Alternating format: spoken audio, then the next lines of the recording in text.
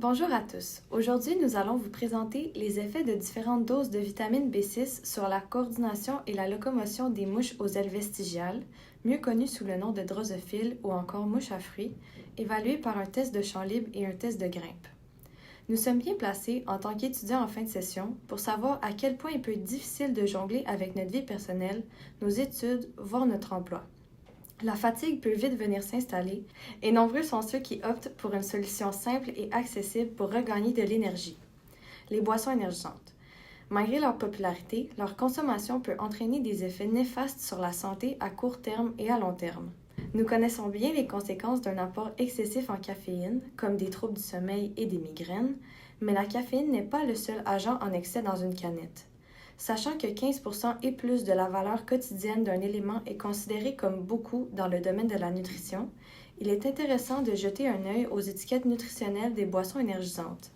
À titre d'exemple, nous avons choisi la marque Red Bull. Premièrement, la populaire Red Bull zéro sucre, avec 294% de la valeur quotidienne en vitamine B6. C'est énorme, surtout si on se rappelle le 15% de tantôt. Deuxièmement, la Red Bull originale, qui est encore pire, avec 556%, ce qui est d'autant plus problématique sachant que nous consommons déjà cette vitamine dans notre alimentation au quotidien et que certains prennent même des comprimés de multivitamines. Nous ne sommes donc pas conscients à quel point nous ingérons réellement de la vitamine B6 au quotidien.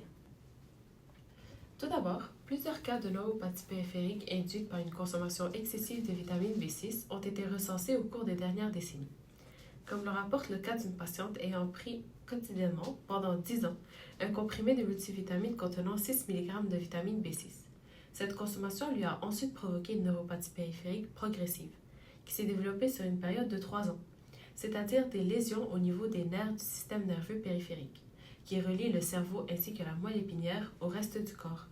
Cette neuropathie périphérique était caractérisée par des picotements, ainsi que des crampes musculaires et des faiblesses musculaires.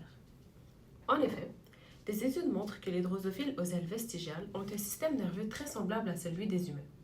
Cette espèce possède un système nerveux relativement complexe, comparativement à d'autres modèles plus simples, ce qui fait en sorte qu'on puisse facilement le relier aux mammifères, eux aussi comportant des structures assez complexes. Ceci fait en sorte que les résultats obtenus sur les drosophiles peuvent s'appliquer sur les êtres humains. Ce projet vise donc à évaluer les effets d'un apport excessif en vitamine B6 sur la vitesse et l'efficacité de locomotion des mouches aux ailes vestigiales, en étudiant plus spécifiquement leur capacité locomotrice et leur vitesse de grimpe à la verticale. Donc, malgré la popularité des boissons mentionnées plus tôt, leurs effets indésirables sont méconnus. Nous avions comme objectif de remettre en question notre consommation de ces breuvages et tenir compte des risques que ces derniers présentent. Pour nos expérimentations, on a séparé les mouches en 3 groupes. Pour le premier groupe, le groupe témoin, aucune vitamine B6 n'a été ajoutée dans leur alimentation. Pour le deuxième groupe, qu'on a nommé supplémentation supérieure, ou SS, la concentration de vitamine B6 dans le milieu de culture s'élève à 6,25 g par litre.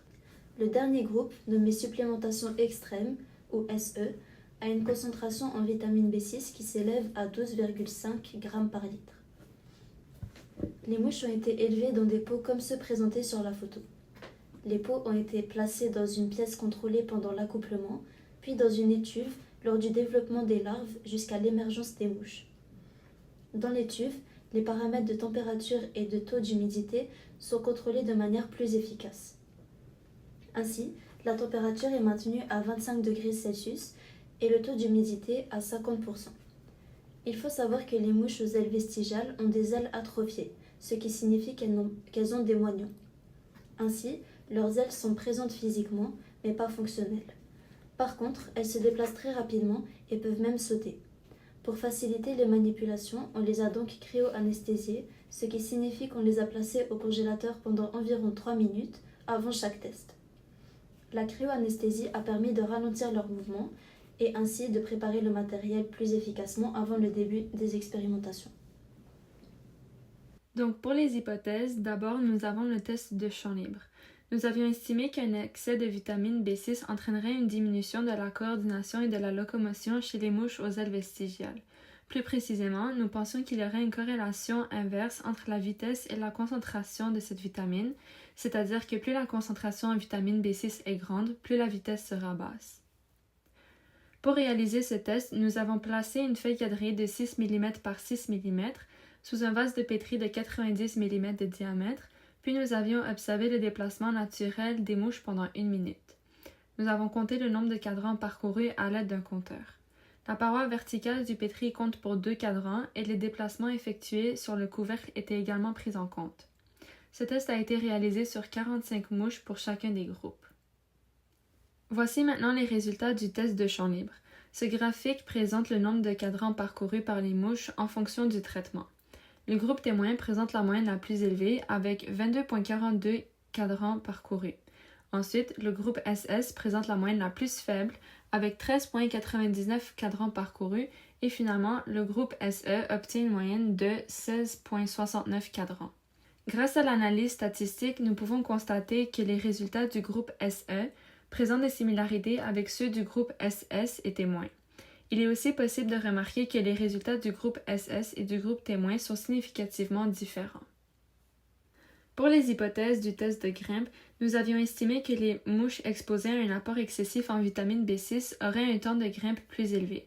Plus précisément, nous pensions qu'il y aurait une corrélation positive entre le temps de grimpe et la concentration de cette vitamine, c'est-à-dire que plus la concentration en vitamine B6 est grande, plus le temps de grimpe augmenterait. Pour ce test, on a tracé une ligne au charpie sur un cylindre gradué de 100 ml à un point correspondant à une distance de 8 cm à partir de la base du cylindre. Lors de l'expérimentation, on a évalué le temps écoulé pour que les mouches traversent cette distance. Le test a été effectué sur 45 mouches par groupe, soit 45 pour le groupe témoin, 45 pour le groupe SS et 45 pour le groupe SE. Avant de commencer le test, on a tapoté sur le cylindre, comme c'est montré sur la vidéo, sur notre main pour s'assurer que toutes les mouches ayant commencé leur ascension redescendent à la base du cylindre. Ainsi, on s'assure que toutes les mouches commencent le test au même endroit. On a utilisé un chronomètre ayant une précision qui va jusqu'au centième de seconde et on a appuyé sur l'icône tour pour comptabiliser nos résultats avec précision. Sur cette figure sont présentés les résultats obtenus pour ce test. On peut observer sur le graphique le temps moyen écoulé en fonction du traitement. Donc, on a en premier lieu le groupe témoin qui présente le temps de grimpe le plus rapide avec 11,64 secondes. On a ensuite le groupe SS avec un temps moyen de 17,78 secondes et finalement le groupe SE avec un temps de grimpe qui s'élève à 28,62 secondes. Ce dernier résultat est le plus significatif puisqu'il est considérablement plus élevé que les temps obtenus pour les deux autres groupes. Par contre, on a observé certaines similarités entre les résultats obtenus pour les groupes SS et témoins qui seront détaillés dans l'interprétation des résultats. En ce qui concerne les résultats du test de champ libre, les hypothèses ont été partiellement confirmées puisque la prédiction initiale, qui stipulait que la vitesse de locomotion des mouches aux ailes vestigiales, exprimée en nombre de cadrans parcourus en 1 minute, allait présenter une corrélation inverse avec la concentration de vitamine B6. Il est possible de conclure que l'effet de la vitamine est observable, mais pas avec certitude, comme seulement les groupes témoins et SS présentent une différence significative. Ceci peut s'expliquer par le grand écart type du groupe SE par rapport à sa moyenne. En effet, leur moyenne était d'environ 17 cadrans parcourus pour un écart type de 13, ce qui indique que les données recueillies sont très dispersées autour de cette moyenne et donc que les valeurs obtenues sont très variables.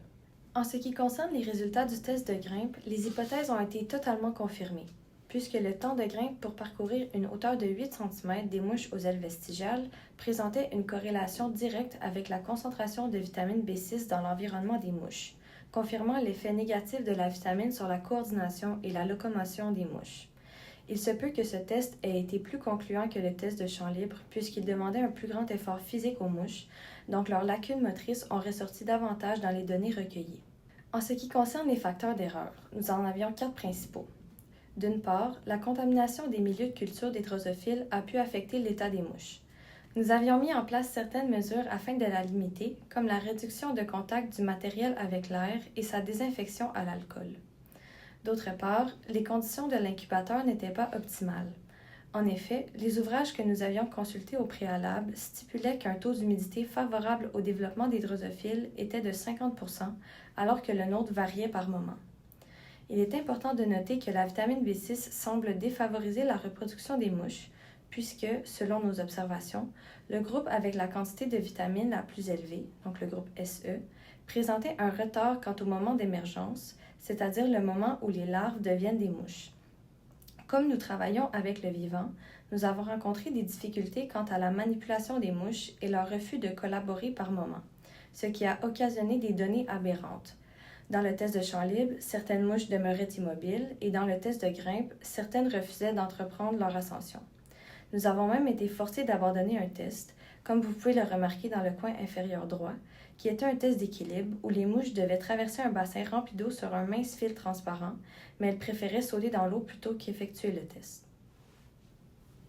On peut donc voir qu'une hypervitaminose en vitamine B6 provoque en effet une neuropathie périphérique, mais aussi elle peut provoquer une neuropathie sensorielle, caractérisée par des engourdissements, des pertes sensorielles ainsi que des troubles de coordination.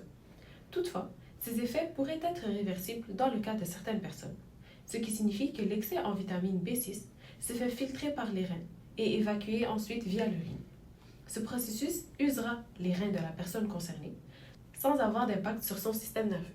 En ce qui concerne les aspects éthiques de la recherche dans ce projet, on remarque que l'on vit dans une société où les publicités jouent un rôle décisif dans notre consommation aveugle de produits transformés qui est normalisée de jour en jour. Comme on peut le voir sur les images ci présentes, on fait de ces produits des allégations nutritionnelles, stipulant que ces poissons n'ont absolument rien de nocif, afin d'inciter les gens à en consommer davantage. Vous avez probablement déjà entendu l'expression Red Bull donne des ailes, mentionnée dans les publicités. Donc, même si la consommation de ces produits met en place un marché lucratif générant un énorme profit, il est toutefois nécessaire de prendre du recul face à la popularité de ces boissons qui peuvent être à la longue très nocifs pour l'organisme. La quantité de vitamine B6 ingérée recommandée par le gouvernement du Canada est de 1,3 mg par litre pour les adultes âgés entre 19 et 30 ans. Les boissons énergisantes contiennent, selon la marque, jusqu'à 300% de cette quantité, ce qui est énorme. En conclusion, l'objectif de cette expérience était d'observer les effets d'une hypervitaminose sur la coordination et la locomotion des mouches aux ailes vestigiales. Toutefois, les résultats ne nous permettent pas de confirmer avec certitude que la vitamine B6 entraîne des effets négatifs importants puisque les groupes SS et SE n'étaient pas toujours significativement différents du groupe témoin. De plus, le test de champ libre a donné des résultats moins concluants que le test de grimpe pour des raisons que ma coéquipière a expliquées plus tôt. Le but général de notre projet était de remettre en question notre alimentation. De nos jours, les produits transformés sont énormément mis de l'avant, comme l'a dit ma coéquipière, via les publicités, mais aussi par le fait que ce sont des produits qui sont plus abordables que des aliments frais. Acheter une pizza surgelée contenant plusieurs produits chimiques est de nos jours beaucoup moins dispendieux qu'acheter des légumes frais au supermarché. Ainsi, il est essentiel d'être conscient de ce que l'on consomme et de connaître les effets néfastes de certains produits à long terme. En tant que société, nous ne sommes pas à l'abri des idées préconçues véhiculées par l'inconscient collectif. À titre d'exemple, on pourrait penser que les vitamines, peu importe la dose ingérée, ne peuvent apporter que des aspects positifs à notre organisme. Nos résultats permettent donc de contredire cette affirmation. Dans le cadre de notre projet, on a seulement adressé le cas de la vitamine B6, mais ça s'applique à énormément d'autres produits. Ainsi, la solution n'est pas d'entamer des recherches exhaustives concernant les effets néfastes de tout ce que l'on consomme, mais simplement d'être conscient des doses recommandées par des organisations fiables, comme Santé Canada, pour éviter des problèmes futurs et assurer une consommation plus prudente. Nous voulons remercier notre enseignante Catherine Pilote et notre technicienne Elisabeth Wistaf-Lalande pour leur encadrement à travers notre projet.